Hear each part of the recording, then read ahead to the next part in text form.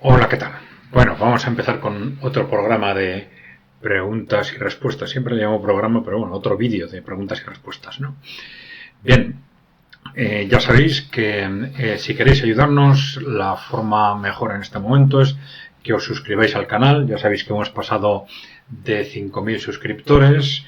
Esto va muy rápido, pero bueno, siempre nos viene bien que si no estáis suscritos os suscribáis, que compartáis la información que os parezca interesante, que propongáis a otros que se suscriban. Si hay alguno interesado, pues que se haga miembro del canal, etcétera.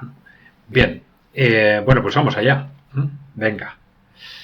A ver. User OZ1GG9 dice, saludos, ¿creéis que van a aceptar los resultados electorales en Estados Unidos? Quien fuere que ganase, Biden o Trump, guerra civil, enfrentamientos armados. Bueno, yo he dicho más de una vez que no hay que descartar nada. En principio, la última vez que Estados Unidos se vio enfrentada a un choque civilizatorio como el actual, pues probablemente sería a mitad del siglo XIX, y eso terminó en la guerra civil en Estados Unidos, ¿no? Es decir, ya hemos dicho más de una vez con un cierto cinismo, que las democracias suelen funcionar cuando no hay nada importante en juego, pero en el momento en que hay algo importante en juego, pues se rompe la baraja. Y en este caso parece que sí hay mucho en juego, ¿no? Esto nos puede llevar a pensar que todo es posible. Es posible antes de las elecciones, después de las elecciones. Es posible que la actual administración, o empujada pues por Wall Street o por el ejército, por quien sea, intente provocar un conflicto del que en estos días se está hablando menos, pero los movimientos militares, de equipamientos y tal, se están produciendo, ¿no?, en el conjunto de Europa Central, ¿no? Bien, no hay que descartar, digo, el que se apueste por un estallido antes de un estallido bélico, que cree que puede tener distintas funciones. Uno, pues ya que el hecho se consume, es decir, generar ese enfrentamiento bélico global por el que está apostando un sector de la élite occidental. El segundo puede ser escalar el conflicto a un nivel tal que a una posible presidencia de Trump ya no le sea posible reconducirlo. Otro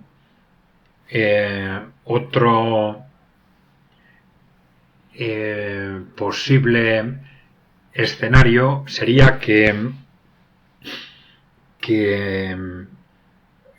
se adopte cualquier tipo de medida para evitar que Donald Trump llegue al poder. Bueno, lo que ha sucedido con el intento de asesinato, pues claramente tiene todo el aspecto de que ha respondido exactamente a eso, ¿no? Y vamos a ver, porque también un conflicto internacional abierto podría ser, quizás, depende hasta dónde llegue, un argumento para retrasar las elecciones, para de alguna forma forzar un determinado resultado en las elecciones, etcétera, ¿no? Bueno, vamos a ver, pero yo sí efectivamente creo que durante estos meses puede pasar de todo, ¿no?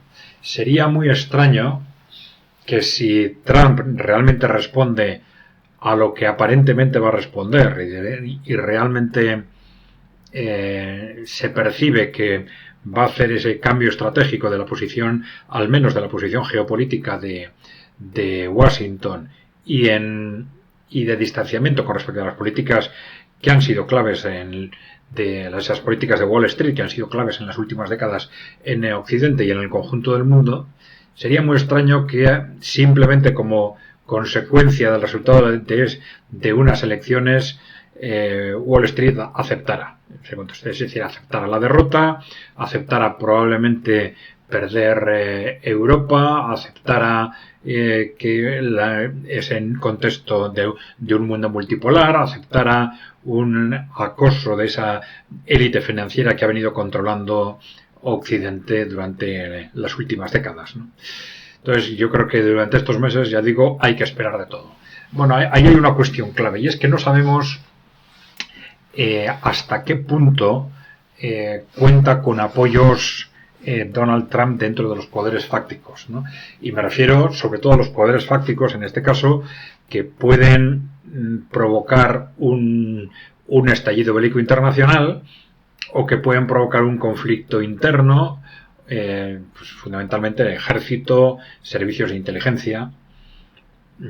Bueno, no sabemos hasta qué punto Trump tiene el trumpismo, tiene influencia en estos ámbitos como para, de alguna forma, neutralizar posibles intentos de ruptura por parte de la otra parte, ¿no?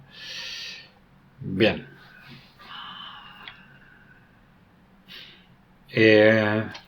Claro, si ganase, al contrario, claro, intentando responder a tu pregunta, si al contrario, si ganasen los demócratas, ¿podría también suceder lo contrario? Pues sí, posiblemente, porque claro, Estados Unidos está fracturado a todos los niveles de una forma tremendamente radical, y las dos partes piensan que se lo están jugando todo, y no es descartable el que una apuesta de ruptura se produzca por cualquiera de las dos partes en caso de que se vean perdedores. Bien, MJDFTHIJ dice, a ver, ¿Trump es America First o Israel First? Porque escuchándole en el debate con Biden no quedaba claro que primaba el interés de Estados Unidos frente al de Israel. Bueno, esta es una cuestión clave cara a esa segunda presidencia. El lema formal de Trump era America First, pero es evidente que tuvo un apoyo de muchos sectores sionistas, aunque otros sectores sionistas apoyan a los demócratas, y que también, por ejemplo, tuvo una influencia muy directa de su yerno, que es un sionista, digamos, militante, y su yerno Kushner, ¿no? Y que sus relaciones con Netanyahu pues fueron en particular fueron buenas. Claro, en principio su vicepresidente también es bastante, digamos, favorable al sionismo pro Israel, pero claro, ¿qué va a pasar en la segunda, en un segundo mandato? Pues vamos a verlo. Sí, esta sumisión, digamos, a los intereses y a los puntos de vista de Israel en casi todos los políticos en Estados Unidos es realmente llamativa. Políticos que se han opuesto al sistema, que se han enfrentado con Wall Street, manifiestan de pronto una sumisión cerrada a las políticas de Israel, ¿no? Esto es algo realmente llamativo, pero bueno, es lo que dices tú es una preocupación realmente a tener en cuenta, que no vamos a salir de dudas hasta los primeros meses de la siguiente presidencia. Hay algunas declaraciones de los últimos días, tanto de Trump como de Vance, que, por ejemplo, en relación con el tema de China o de Taiwán, que nos pueden dar una indicación de que, independientemente de cuáles sean sus simpatías en el ámbito de China, Taiwán o en el ámbito de Oriente Medio, pues que van a intentar tranquilizar la situación en ambos ámbitos, que no van a provocar conflictos y que van a intentar llegar a acuerdos a nivel mundial. Bueno, pero ya digo, en este momento y además en situación de campaña, las palabras sirven de poco. Vamos a tener que esperar a los primeros meses de la presidencia, de la nueva presidencia, para, si efectivamente se confirma que es Trump el elegido, para llegar a conclusiones claras sobre cuáles son realmente no solo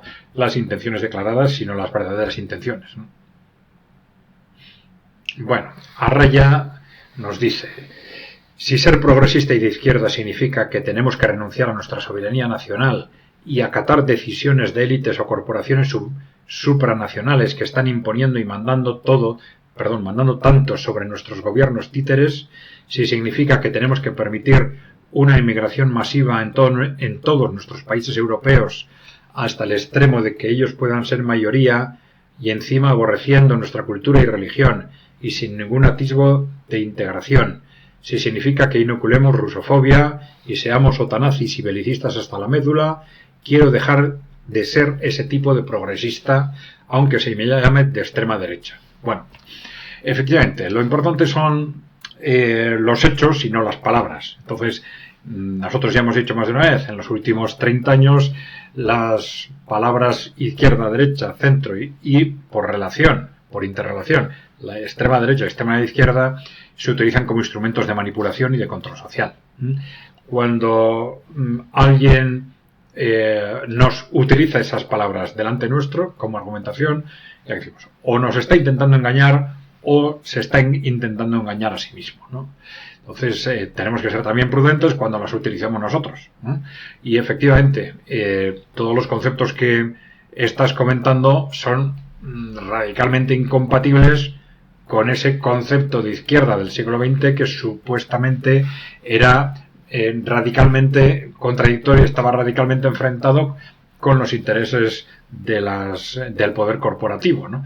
Y sin embargo ahora se nos está vendiendo como izquierda todo lo contrario, ¿no? Es decir, la sumisión estricta a los objetivos del posmocapitalismo, que son objetivos corporativos del posmocapitalismo, ¿no? En cuanto a explotación masiva de mano de obra extranjera, posmofeminismo, manipulación de minorías sexuales, individualismo, globalismo, etcétera, etcétera, ¿no? Bien, entonces, bueno, lo que hay que quitar de las meninges de la gente es ese apego a las palabras, ¿eh? Que mantengan el apego que tengan que apegar, o sea por apego a la tradición, o sea por apego a los intereses populares, que se apeguen a los hechos, pero que no se dejen engañar con las palabras. Ángel Luna nos dice: hola, ¿serías tan amable de caracterizar políticamente el régimen de la Federación Rusa?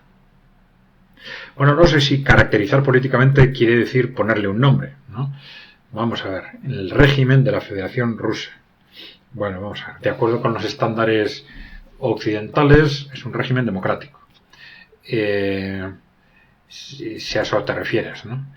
Las políticas que se están desarrollando por los gobiernos de los últimos 20-25 años son políticas anticorporativas, en las que el primer objetivo fue apartar a las grandes corporaciones del poder. Por lo tanto, esto tiene el objetivo de permitir que los gobiernos trabajen para la gente. Otra cosa es que eso se haga ya de forma más o menos acertada o desde uno u otro punto de vista ideológico, ¿no? Bueno, no lo sé si a partir de ahí quieres ponerle un nombre a esa caracterización política, ¿no? Esos gobiernos tienen una clara apuesta por el mundo multipolar y una apuesta anticorporativa, de intentar trabajar para los ciudadanos prescindiendo de la influencia o eliminando la influencia política de las grandes corporaciones privadas. Esto yo creo que serían las cuestiones básicas, ¿no? Hay otros aspectos, y que yo lo hemos comentado más de una vez. Estos países, en Rusia, también en China, ¿no?, tienen una capacidad que nosotros hemos perdido hace mucho tiempo de analizar con objetividad cuando procede que una empresa o un sector de actividad sean públicos o sean privados, cuando es desde el punto de vista de los intereses generales, cuando conviene una cosa u otra, y actuar en función de ese análisis, ¿no? Cosa que, pues una capacidad, ya digo, que nosotros en cierta forma tuvimos en la posguerra, después de la Segunda Guerra Mundial en Europa Occidental, pero que la hemos perdido, ¿no? Y ahora estamos en un ambiente hiperideologizado de mitificación de la empresa privada y demonización de la empresa pública, que no nos deja simplemente analizar la realidad objetivamente, a pesar de que los países emergentes nos están demostrando con hechos que a través de empresas privadas se están, vamos a decir, comiendo el mercado en distintos sectores, ¿no? Están realizando una gestión muy efectiva, sobre todo en el ámbito de las grandes empresas, ¿no? Bien. Diego Lumaca. Vamos a ver. ¿La OTAN podría ser considerada, en tu opinión, como una organización terrorista? ¿O solo algunos estados dentro de ella? No me gusta demasiado el análisis. La palabra terrorista es un adjetivo descalificador que puede querer decir muchas cosas, ¿no? Vamos a ver, terrorismo parece que es una organización que pretende crear terror en sí misma, ¿no? Bueno, vamos a ver, sí se sabe que la OTAN impulsó y financió organizaciones terroristas. Esto es perfectamente conocido, por ejemplo, en el caso de Italia. También se habló de su influencia en grupos terroristas alemanes, pero muy claramente en el caso de Italia, con el fin de realizar una serie de movimientos que dificultaran la llegada al poder del Partido Comunista Italiano. Entonces, ya es conocido la infiltración de la OTAN a través de lo que se llamó la Red Gladio, de organizaciones de extrema izquierda o de extrema derecha, de los dos tipos. Bueno, la OTAN como tal ha participado en este impulso de organizaciones terroristas islámicas. No sé si hay constancia de esto. Países occidentales sí. Ahora, la OTAN es una organización concreta dentro de los países occidentales y supongo que no te refieres a eso, ¿no? Pero bueno, Estados Unidos o el Reino Unido han tenido una implicación directísima, ¿no? En la creación, la financiación, la organización, el impulso de organizaciones como Al-Qaeda o el Estado Islámico. Bien. Aparte de eso, la OTAN, ¿cuánto tal? Bueno, no lo sé, es una organización con objetivos belicistas que clarísimamente, en principio, destinados a frenar a la Unión Soviética y al comunismo, si se quiere, durante la Guerra Fría, y a partir del fin de la Guerra Fría se ha utilizado como un instrumento de Estados Unidos o de Wall Street para apoyar la hegemonía mundial de estos poderes corporativos, ¿no? Sobre todo cara a Europa. Es decir, asegurar que es un instrumento importante para asegurar el control de Europa por parte de Estados Unidos. Algo que había sido puesto en cuestión, en cierta forma, precisamente por el fin de la Guerra Fría, ¿no? Pero el mantenimiento de la OTAN pues, ha sido un instrumento muy importante para ello. Y luego también la expansión de la OTAN pues, ha sido en concreto un instrumento para ir cercando a países no controlados, ¿no? Pues como fue primero para la destrucción, la desintegración y la destrucción de la ex Yugoslavia, de lo que fue Yugoslavia en su momento, y luego para ir cercando y acorralando a Rusia, ¿no? Durante 30 años aproximadamente, ¿no?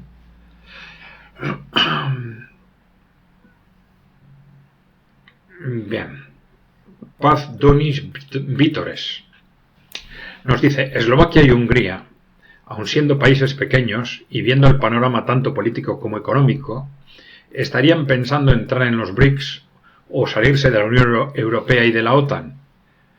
Bueno, pensando, probablemente lo han pensado, ¿no? Pero claro, pensando, una cosa es pensar y otra cosa es tener una estrategia en este sentido. Eso me parece complicado. Claro, es un salto muy fuerte, pero que depende en buena parte, bueno, por supuesto, en la situación actual depende de hasta dónde lleguen probablemente las medidas de la Unión Europea contra estos países, ¿no?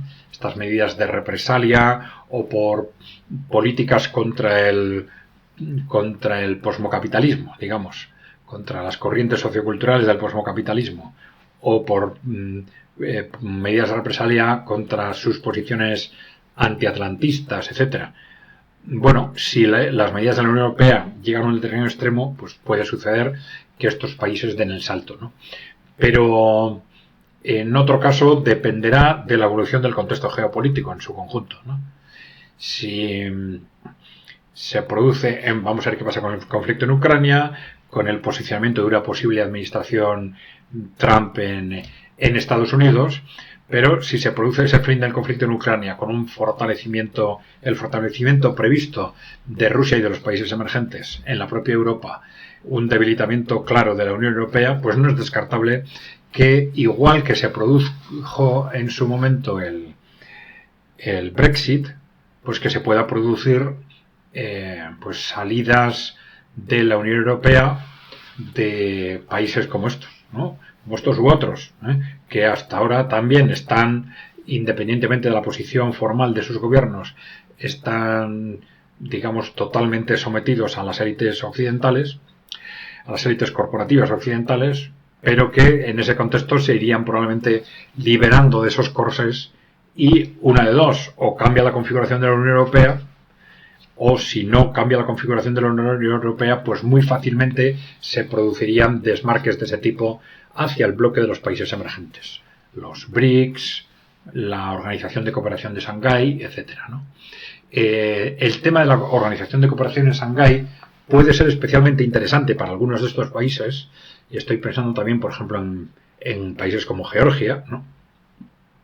O como Serbia, teniendo en cuenta la importancia y el riesgo que para estos países tienen esas estrategias de Occidente de utilizar las revoluciones de colores para desestabilizar esos países, derribar gobiernos, etcétera, ¿no?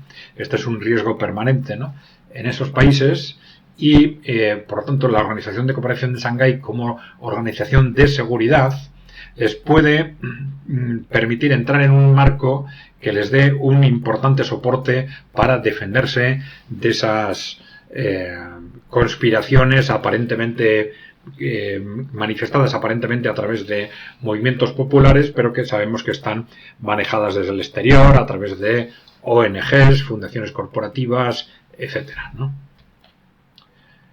Bien.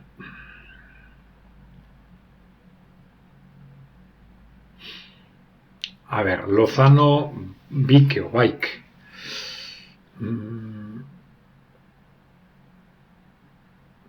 Bueno, dice, bueno, gracias a canales como el vuestro nos enteramos de casi todo lo que está pasando, aunque ya se ocupan de que todo sea secreto. Bueno, sí es cierto que Internet supone una verdadera revolución en este sentido.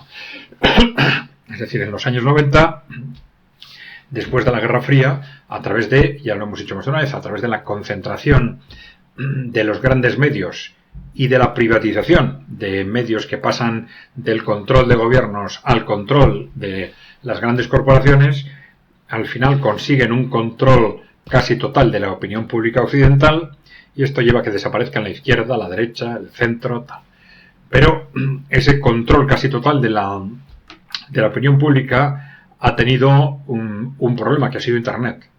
Y ellos ya lo comentan a partir del comienzo del siglo como tienen un riesgo estratégico, porque Internet, aunque una parte pequeña afecta, digamos, a una parte pequeña de la población, es una parte creciente que se les está escapando desde el punto de vista del control ideológico, ¿no? Y efectivamente luego han intentado utilizar las redes sociales, que casi siempre las crean o los servicios de inteligencia o las grandes corporaciones, muchas veces de mutuo acuerdo entre ellas, siempre con el fin de controlar Internet.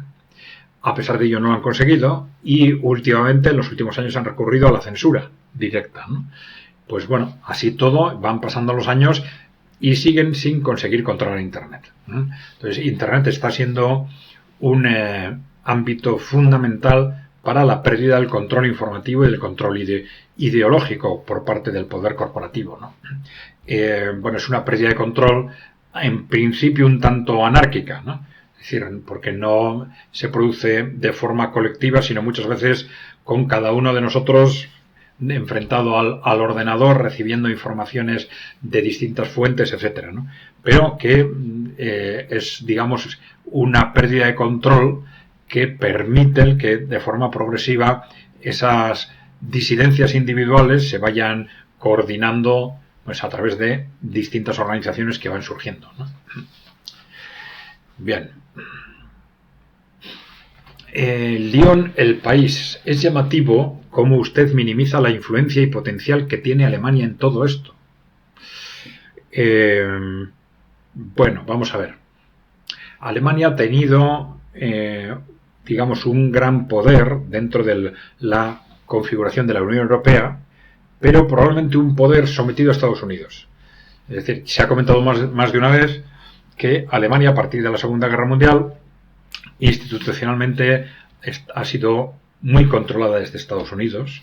Ya sabéis que Alemania era un país controlado por las potencias ocupantes después de la Guerra Mundial, y que son estas potencias ocupantes las que aprobaron su constitución. Entonces tiene un marco, ya desde entonces, un marco constitucional, un marco institucional muy controlado desde Estados Unidos. Bien, entonces buena parte se ha dicho que la Unión Europea y el control de Alemania han sido las claves fundamentales para que Estados Unidos controle Europa durante más o menos la Guerra Fría, ¿no? Cuando termina la Guerra Fría, había una expectativa de que, con la fusión alemana, etcétera, que se iba a crear un contexto en el que Europa iba a ser cada vez más potente y Alemania también iba a ser cada vez más potente. Ninguna de las dos cosas han sucedido, ¿no? Al contrario, vemos como Alemania, como Europa, también ha entrado en un proceso clarísimo de declive económico, político y social, hasta llegar a extremos casi ridículos en los últimos años, ¿no? Extremos que ya son bien conocidos, ¿no? Desde el año 2022, pues bueno, ha habido una sumisión de la clase política alemana a Estados Unidos hasta el nivel ridículo de tener que callar frente a algo tan terrible como la destrucción de los oleoductos Nord Stream por parte, todos sabemos de quién, ¿no?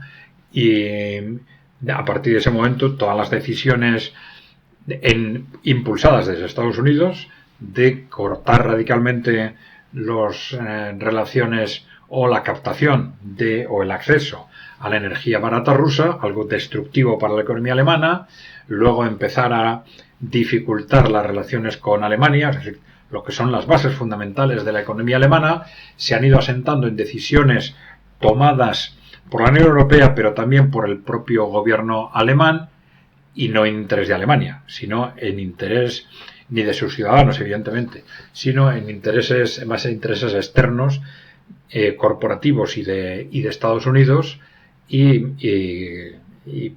hecho posible gracias a una sumisión, ya digo, que está siendo casi ridícula y que está provocando un auténtico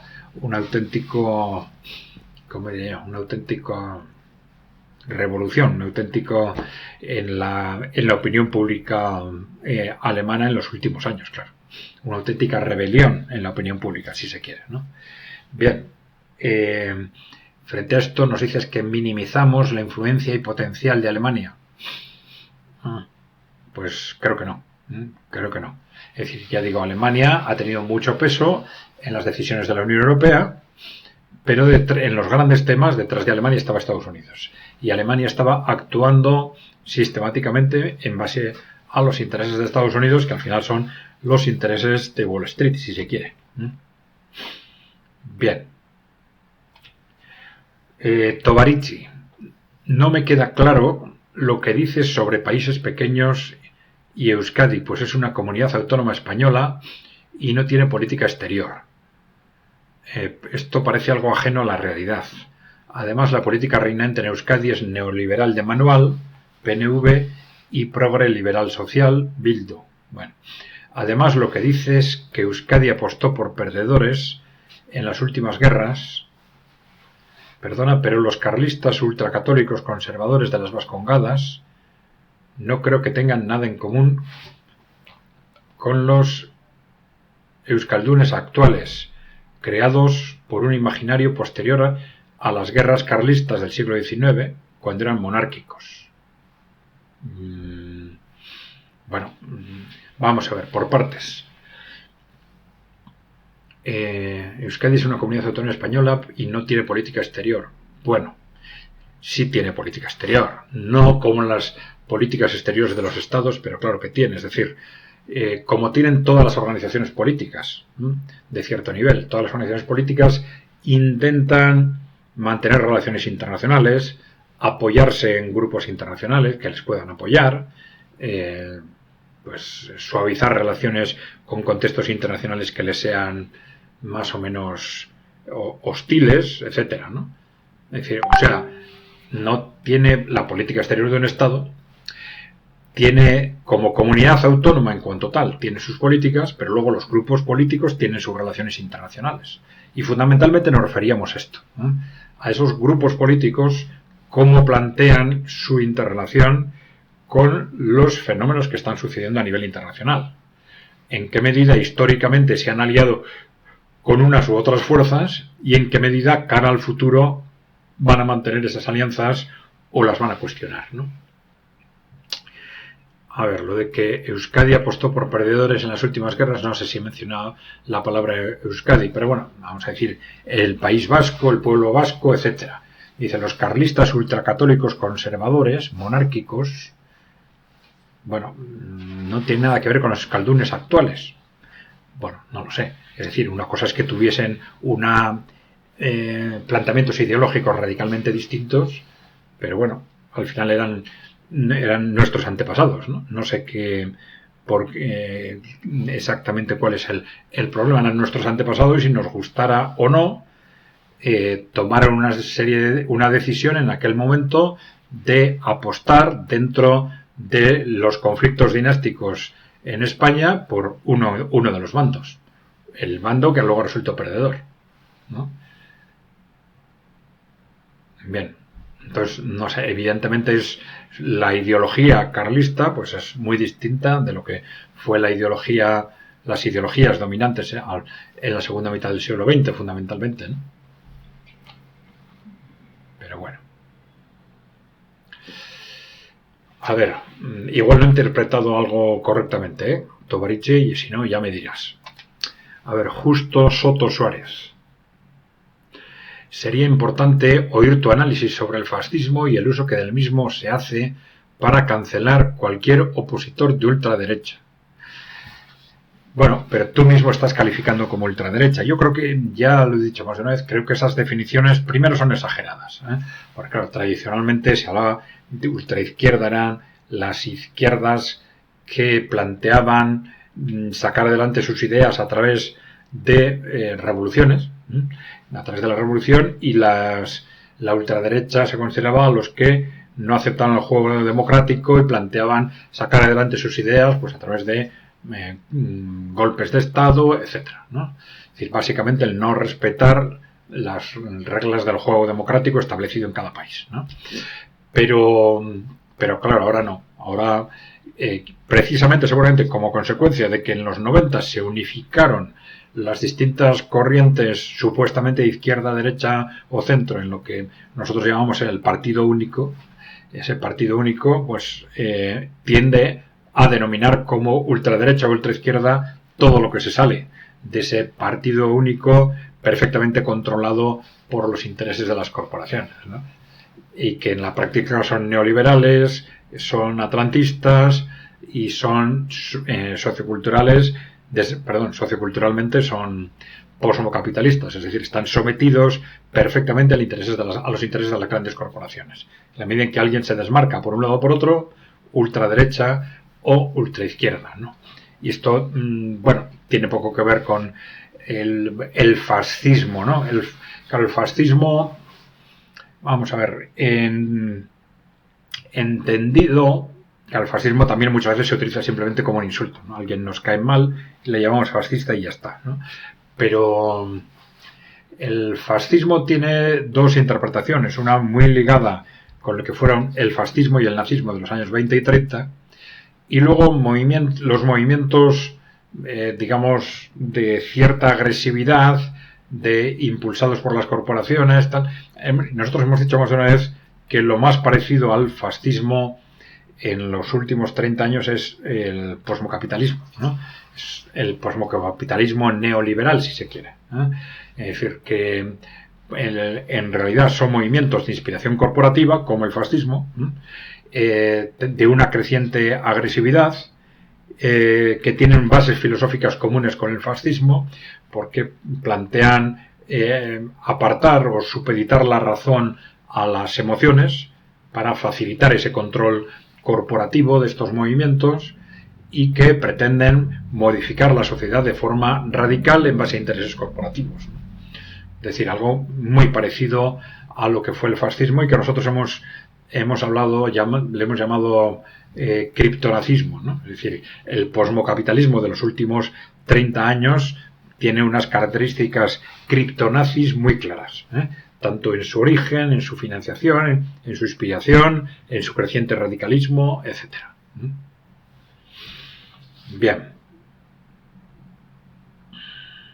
Rockerflow nos dice que es espeluznante escuchar lo de la política del hijo único en China. Bueno, sí, supongo que te refieres a estas ideas o estos análisis que han puesto sobre la mesa, que hubo dos influencias en esas políticas. Por un lado, una parte de los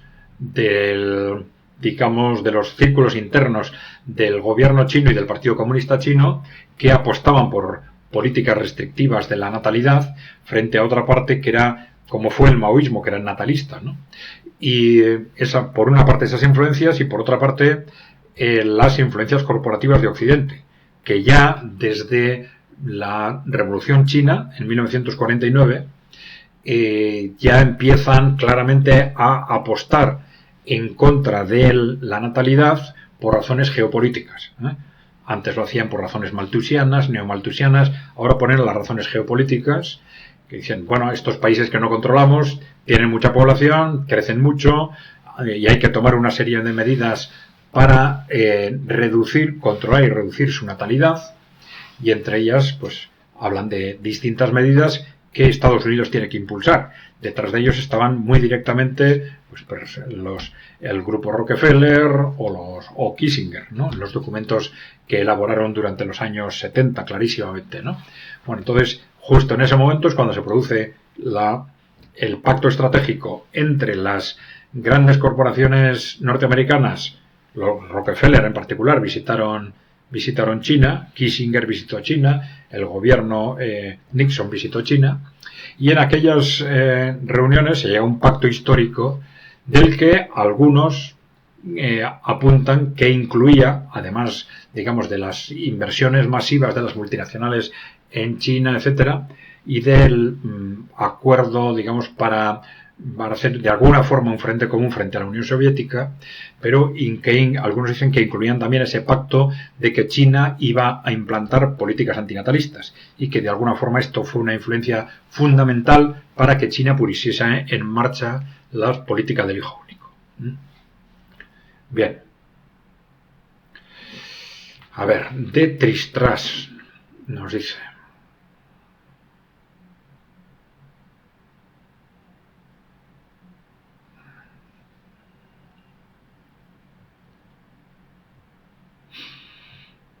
a ver, ¿acaso hay algún país de nuestra órbita que tenga una legislación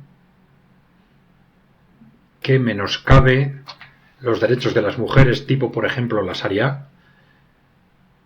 ¿O es que entiendes que toda la legislación de discriminación del hombre en favor de la mujer es un derecho legítimo de las mujeres? No, vamos a ver. No me has entendido bien. Yo siempre digo que utilizamos el término posmofeminismo para distinguir, y no nos gusta utilizar el término feminismo porque se utiliza de formas muy distintas, ¿no? Entonces, posmofeminismo le llamamos a lo que es lo fundamental del movimiento feminismo actual, ¿no? Pero digamos, es la manipulación del proceso de emancipación de la mujer por los intereses corporativos y con fines de control de natalidad, de aprovechamiento de la emancipación de la mujer para disposición masiva de mano de obra barata, división y manipulación social, etcétera, ¿no? Pero distinguimos el posmofeminismo del proceso de emancipación de la mujer en sí mismo, ¿no? Y entonces, claro, al hablar de que esto es un hecho objetivo del proceso de emancipación de la mujer, cuyas necesidades reales cambian de un país a otro, pues algunos nos dicen, no, pero es que no hay nada, no hay bases objetivas ya en nuestros países para la emancipación de la mujer. Bueno, pero es que ese concepto de emancipación de la mujer no está ligado solo a factores legales, ¿eh? Una cosa es la igualdad legal, pero sí hay sobre todo en nuestro entorno, y hablo pues, de Europa occidental, hay un elemento clave que va más allá de las leyes y que está relacionado con lo que ha sucedido en las últimas décadas, ¿no? Y es esa acumulación de trabajo en muchos millones de mujeres, que además de las 40 o 45 horas realizan muchas más horas de trabajo doméstico que el hombre. Ojo, que la respuesta a esto no puede ser o no debería ser repartir esa sobreacumulación de trabajo entre hombres y mujeres. Debería ser recuperar lo que ha sucedido durante estos años. Es decir, ese proceso de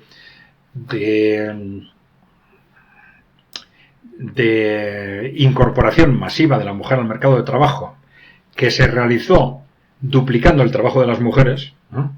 En vez de repartir el trabajo existente, tanto profesional como doméstico, pues hay que, para plantearse como horizonte, es otro, repartir el trabajo doméstico y el trabajo profesional, ¿no? Y yendo probablemente a una reducción continuada de jornada que nos permita hacer esto, ¿no? Porque claro, simplemente repartir el trabajo doméstico entre hombres y mujeres pondría esas 40 o 45 horas que hemos echado encima de la unidad familiar como consecuencia de lo mal que se ha gestionado ese proceso, porque su objetivo no era la emancipación de la mujer, sino la disposición masiva de mano de obra barata, por lo menos, ¿no? Bueno, decía que si gestionamos ese proceso simplemente repartiendo esas 40-45 horas entre hombres y mujeres, pues al final nos habremos repartido esa sobreexplotación, pero seguirá siendo una sobreexplotación, que estaremos todos trabajando 20-25 horas más de las que se trabajaban antes, ¿no? Con lo cual el impacto, por ejemplo, a efectos demográficos, pues sería el mismo, ¿no? Una desaparición del tiempo libre, hundimiento demográfico, etcétera, ¿no? Bien.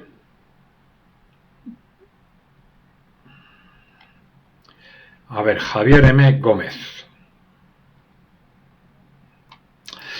Dividir a la sociedad, hombres contra mujeres, eso sucede en el patriarcado, pero no con el feminismo. Otra cosa es que la reacción presente el avance en derechos feministas como el ataque a los hombres.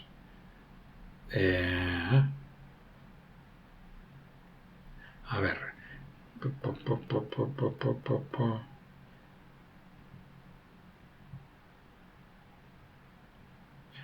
Es muy de derechas si a quien va a la policía a denunciar una violación y se le dice es que ibas borracha o normal por cómo vas vestida. Bueno, la igualdad legal no es la igualdad real, esto ya lo hemos dicho, ¿no? Manipulación corporal, pero sí es curioso cómo el núcleo del movimiento feminista, es decir, el posmofeminismo, siempre evita los problemas los más importantes que pueden hacer daño a las corporaciones. Es decir, el gran problema, el fundamental de estos 50 años, que debió haber sido esa situación de esclavitud de cientos de millones de mujeres, ¿no? Con jornadas, con semanas de trabajo de 80, 90, 100 horas, y que sigue siendo un problema estructural para muchísimas mujeres, se olvida. Se olvida porque como a las corporaciones no les interesa, estos movimientos jamás entran en conflicto con las corporaciones, ¿no? Pero bueno, efectivamente, la igualdad legal no es la igualdad real. Manipulación corporativa se da de cualquier idea. Bien. Así hay varios feminismos como el liberal. Diferenciar estos ayudaría a entender las cosas. Bueno, yo creo que lo hemos dicho desde el principio, ¿eh? Por eso hablamos desde... una cosa es que haya factores reales de interés social, vamos a decir, como consecuencia del proceso de emancipación de la mujer, que cambian, ya digo, son distintos de uno a otro país, y otra cosa es que el movimiento feminista acepte someterse a la manipulación corporativa a través de lo que hemos llamado posmofeminismo, ¿no? Que es lamentablemente el movimiento dominante dentro de los movimientos feministas de los últimos 30 años. Seguramente a partir de lo que se llamó la tercera ola feminista en los 90. Y en los años 90 no es casualidad, es cuando se produce el conjunto de la expansión digamos, la gran expansión, como que se produce la finalización de la Guerra Fría, se produce la gran expansión al conjunto de la sociedad fundamentalmente occidental, tanto del neoliberalismo como del globalismo y de las corrientes socioculturales del posmocapitalismo.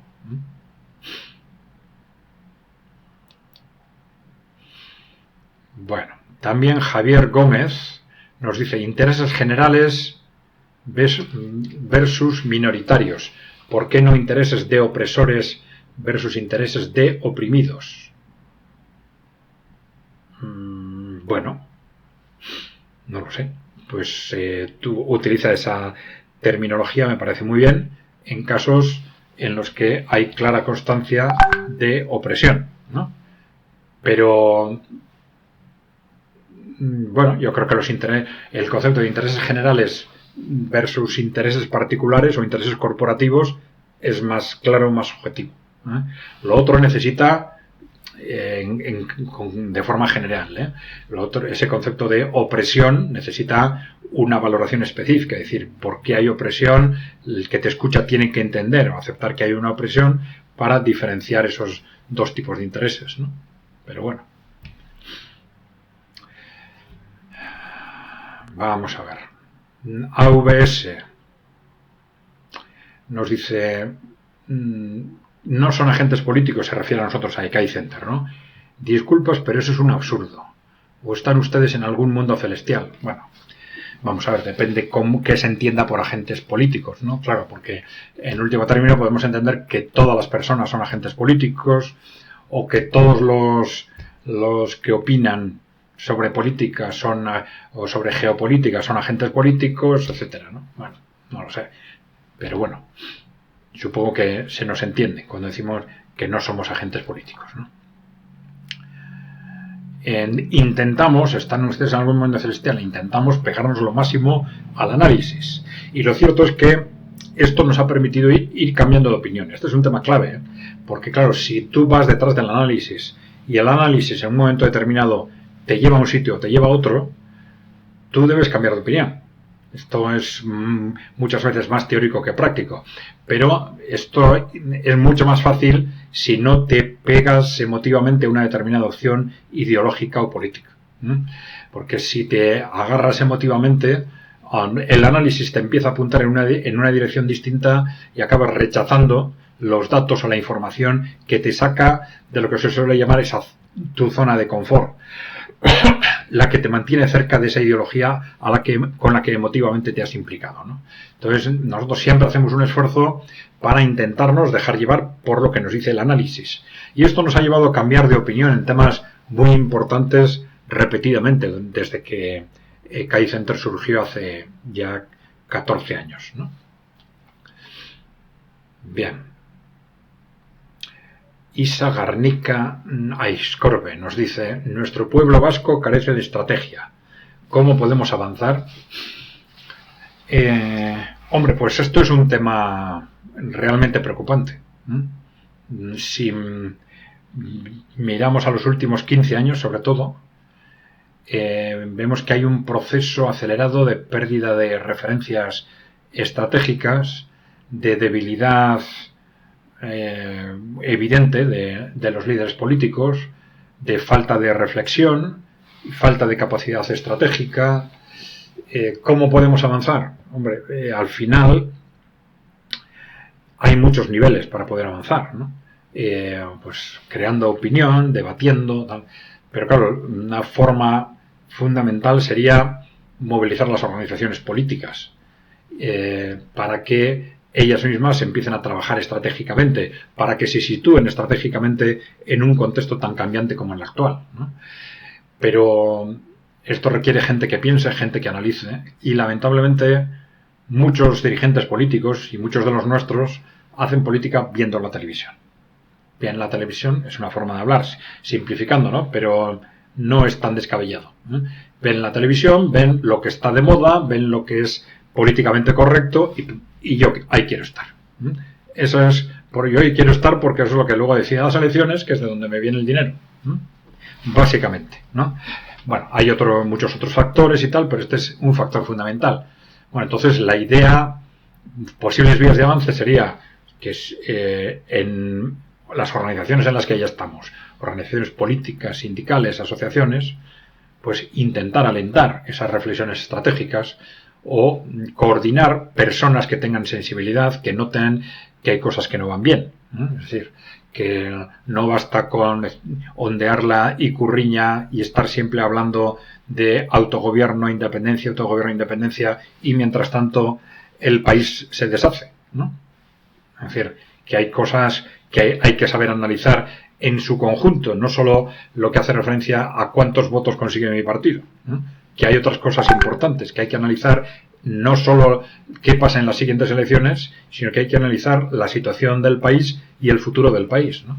Entonces, bueno, pues intentar hacer algo cada uno dentro de su organización, y si no, hay que crear organizaciones nuevas, ¿no? Evidentemente no es nuestra función, ya digo, nosotros no somos agentes políticos, somos analistas, ¿no? Pero sí sería bueno que si Isaac, que si vosotros veis que en vuestras organizaciones no hay esa capacidad, alguien tiene que hacerlo, ¿no? Intentar hacerlo fuera o crear otras organizaciones que lo hagan. Yo creo que es bastante claro, ¿no?